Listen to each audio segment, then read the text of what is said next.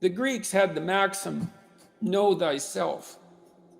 How do we come to know ourselves in terms of our personalities and, more importantly, potential? Well, one of the first ways to come to know yourself is to understand that you don't. You know, you can learn to kind of watch yourself like you're watching a stranger, but you have to adopt a position. It's a position of radical humility, I would say. Humility in two senses. So one sense would be the humility of recognizing your ignorance. So you have to understand that you don't know who you are. That's not easy to understand because you think you know, but then you remember you can't control yourself very well. You're not very disciplined. You're full of flaws. Maybe you don't know yourself as well as you think, but it's hard to get low enough to understand how deeply it is the case that you are ignorant about who you are. Now, there's an upside to that too, which also is that you're also ignorant about who you could be. And so the discovery of that, is some reward for the horror of determining who you actually are. And then I would say, well, then you watch yourself and you attend to your conscience and you watch yourself like you're watching a stranger. You watch what you say and you listen. And you think, well, what sort of person would say that? And how am I reacting emotionally when I'm communicating in that manner? Is that making me feel stronger or weaker? Is it filling me with shame? Is it helping my confidence? Am I laying out a lie? Am I deceiving myself and other people? Am I adopting this personality at parties that is designed to impress and to amuse, and it comes across as nothing but like self-centered narcissism? What are my dark fantasies? What are my aggressive fantasies? What is it that I'm willing to do? What am I interested in so that I'll spontaneously pursue it?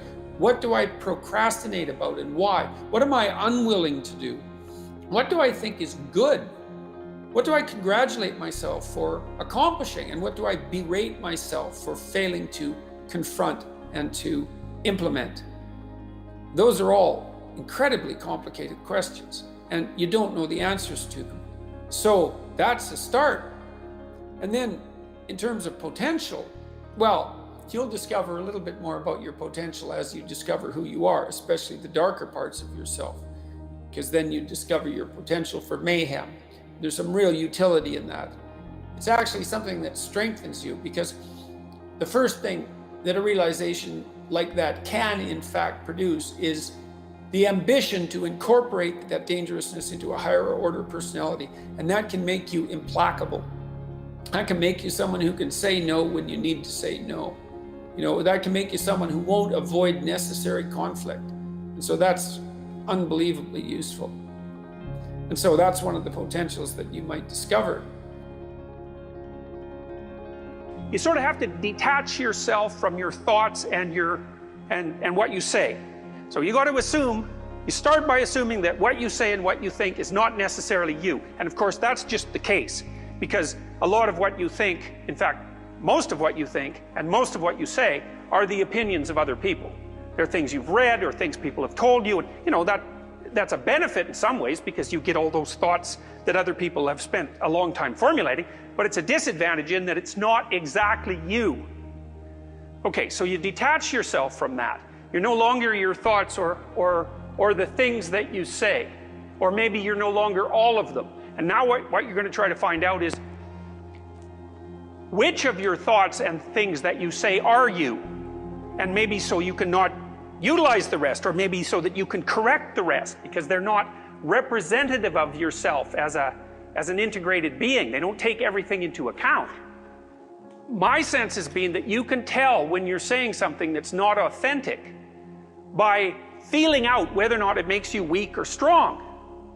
Now, sometimes when you're conversing with people, you can say something that embarrasses yourself. Now, Nietzsche said, for example, everyone has perjured themselves at least once in the attempt to maintain their good name. Something like that. It's not an exact quote, but I've got the gist of it right. So maybe you're saying things to impress someone, or you're saying things to remain part of your political group or your social group or whatever, or maybe you have attributes, personal attributes that might be positive that you're ashamed of, and so you're not going to speak about them. So there's a falseness about your self-representation. Watch for 2 weeks and see. Make a rule that if you start to say something and it makes you feel weak, it's hard to describe exactly what that means. To me, what it means is that I can feel things coming apart sort of in my midsection, so I think it's an autonomic phenomena. And the subjective sense is of falsehood. It's like I've just stepped off the solid ground and onto something that doesn't support me well, and it feels like a self-betrayal. So that's existential inauthenticity. You can feel it right away. And then the rule is, shut up. If that happens, stop talking. And then feel around and see if you can find some words that you can say in that situation that don't produce that sensation. And so then you can check yourself. You can see. All you have to do is listen, like you would listen to someone else. And you have to feel. You think, do I actually believe that?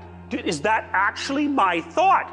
And really, I'll tell you, what you'll find is 95% of what you say has nothing to do with you. So it's quite shocking to do this, because you'll start to say something and you'll think, oh, that doesn't feel quite right. Like, it doesn't make me feel solid when I say it.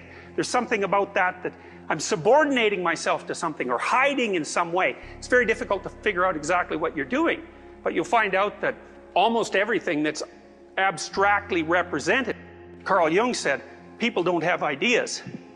Ideas have people.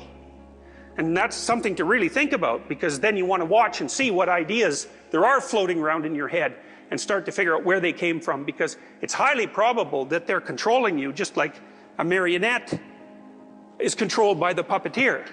It's very, very similar.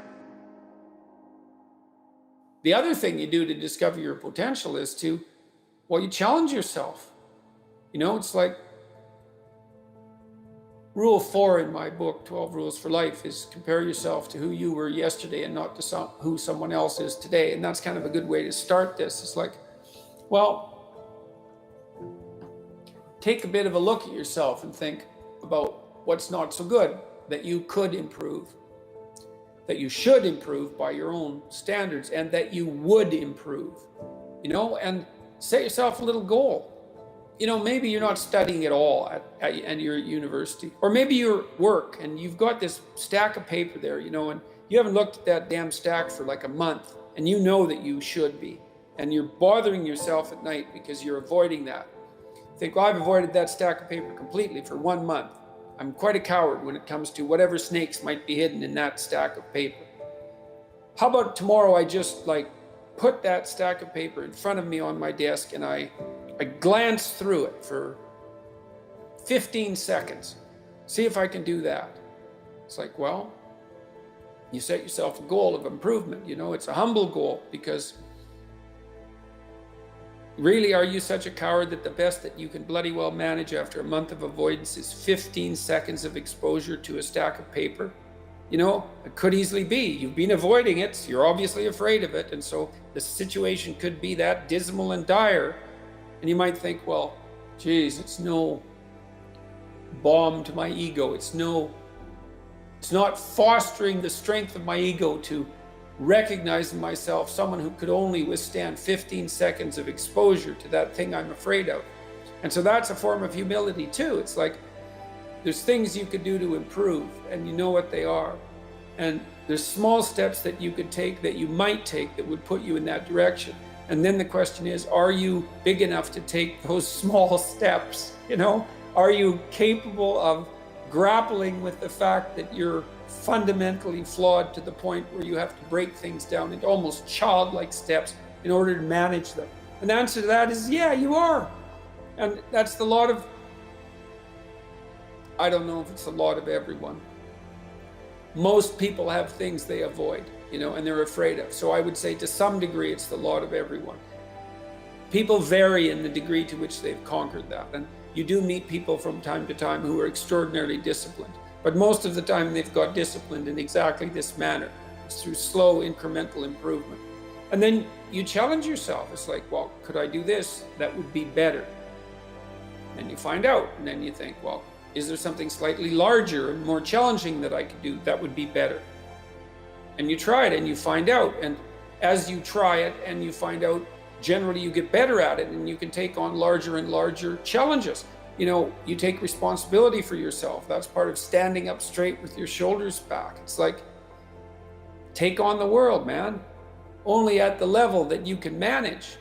When you're ignorant and biased and deeply flawed and immature, it's where everyone starts.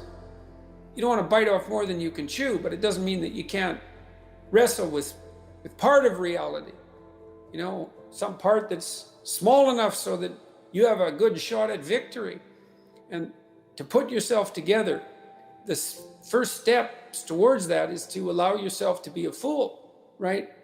It's because you don't know what you're doing.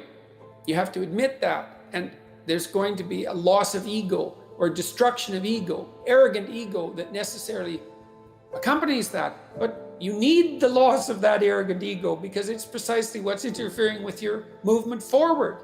It's part of the adversarial process, mythologically speaking, that stops moral progress. You're too proud of who you think you are to notice what you're like so that you could change properly. You don't want to sacrifice that part of yourself.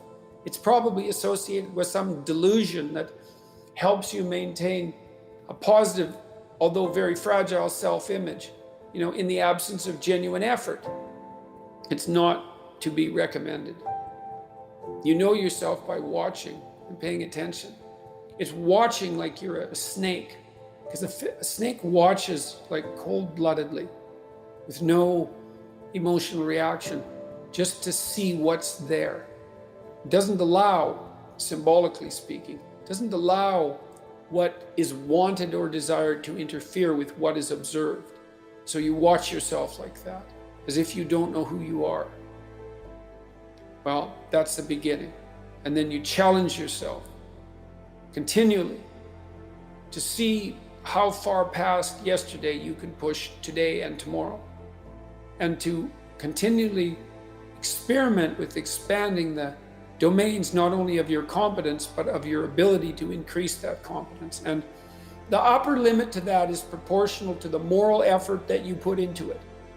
The more that's guided by the highest of all possible visions, right? The alliance with the highest of all possible conceivable good.